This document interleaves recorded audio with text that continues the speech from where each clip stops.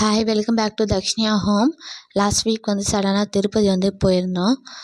ஏன்னா 3 months பிஃபோராக போயிருந்தோம் திருப்பதிக்கு. அப்போ வந்து சாமி பார்க்க முடியல, ஓவர் க்ரௌடாக இருந்துச்சு.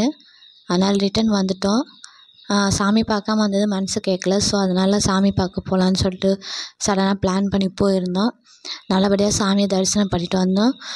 கூட்டமே இல்லை, பட் குடோன்லேயே ரொம்ப நல்லா போட்டு அடைச்சி வச்சுட்டாங்க. 1.5 days கிட்ட நல்லபடியாக சாமியை தரிசனம் பண்ணிவிட்டு ரொம்ப டயர்டாகி போச்சு. வர வழியில் வந்து திருத்தணி போகிற பிளானே கிடையாது.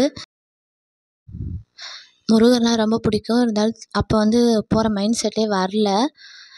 இருந்தாலும் கோயில் கிட்டக்க வந்தது வந்து டக்குன்னு மனசு மாறிடுச்சு. சரி சொல்லிட்டு கீழே இறங்கி சாமி பார்க்க போயிட்டோம். ஒரு ஈவினிங் 5:30 கிட்ட போயிருந்தோம். ரொம்ப லேட் ஆகிடுச்சி திருப்பதிலேருந்து வர்றதுக்கே. வீட்டுக்கு ரீச் பண்ணவே வந்து 12 o'clock 1 o'clock ஆகிடுச்சி.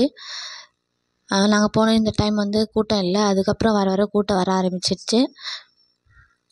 அங்கே போனதுக்கப்புறம் தான் தெரியும், அன்றைக்கி வந்து மக நட்சத்திரம், முருகருக்கு ரொம்பவே உகந்த நாள். இது எனக்கு தெரியவே தெரியல, மறந்துட்டேன். அதுக்கப்புறம் கூட்டம் ரொம்ப அதிகமாக ஆனதுக்கப்புறம் தான் வந்து அங்கே பேசிக்கிட்டாங்க மக நட்சத்திரம்னு சொல்லிட்டு. அதனால தான் என்னவோ அங்கே தரிசனம் பண்ணுறதுக்கு எனக்கு வாய்ப்பு கிடச்சிதுன்னு நினைக்கிறேன். இந்த கோவில் வந்து ரொம்பவே சிறப்பான கோயில்.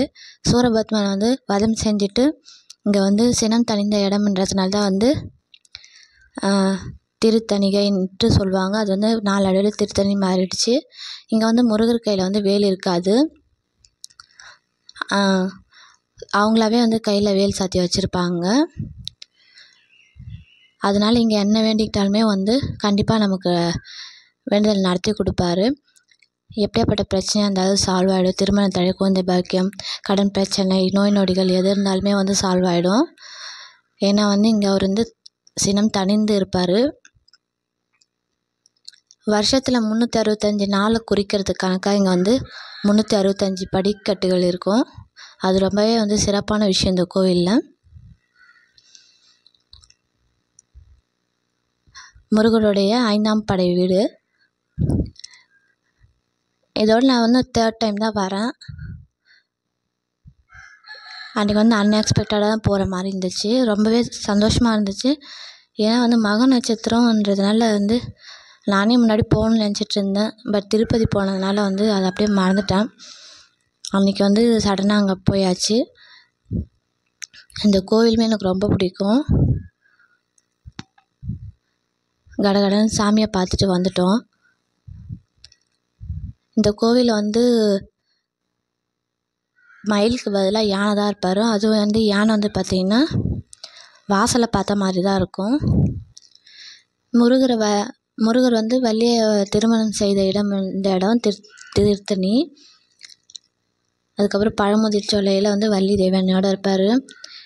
எங்கள் கோவிலுக்கு ஆப்போசிட்டில் வந்து உப்பு சுற்றி போடுவாங்க. அது கண்டிப்பாக வந்து எந்த முருகர் கோயிலாக இருந்தாலும் மிளகு உப்பு வந்து வாங்கி சுற்றி போட்டுக்கோங்க. எப்படிப்பட்ட கந்திருஷ்டியாக இருந்தாலும் அது வந்து கண்டிப்பாக விலகிடும். இல்லை உடம்புல எதுனா இந்த பிரச்சனையாக இருந்தாலுமே அது வந்து விலகிடும். அங்கே அதுக்குன்னே வந்து இடம் வச்சுருக்காங்க. நம்ம வந்து அந்த இடத்துல உப்பு சுற்றி போட்டுக்கலாம். நாங்களுமே உப்பு சுற்றி போட்டுட்டு வந்துட்டோம். கொஞ்ச நேரம் அங்கேயே டைம் ஸ்பெண்ட் பண்ணிவிட்டு அர்ச்சனைக்கு தேவையானது போகும்போது வாங்கிட்டு போய்க்கலாம். நான் வந்து செவ்வரளி பூ வந்து முருகருக்கு ரொம்பவே உகந்தது. ஸோ அதனால் செவ்வரளி பூ மட்டும் நான் வாங்கிக்கிட்டேன். அன்றைக்கி வெள்ளிக்கிழமை, மாசி மக நட்சத்திரம், காரடையான் நோன்பு, இது எல்லாமே வந்து ரொம்ப சிறப்பாகவே அன்றைக்கி அமைஞ்சது. அன்றைக்கி முருகர் கோயிலுக்கு போனது எனக்கு ரொம்பவே சந்தோஷமாக இருந்துச்சு. என் அப்பா முருகனே வந்து அழைச்சிட்டாருன்னு தான் நான் நினச்சேன். ஏன்னா அன்றைக்கி போகிற மைண்ட் செட்டே இல்லை சுத்தமாக. அவ்வளோ டயர்டாக இருந்துச்சு. நல்லபடியாக சாமியை தரிசனம் பண்ணிவிட்டு அங்கேருந்து கிளம்பிட்டோம். இந்த வீடியோ பிடிச்சிருந்தா லைக் பண்ணுங்கள். முருகர் பிடிச்சிருந்தா ஷேர் பண்ணுங்கள்.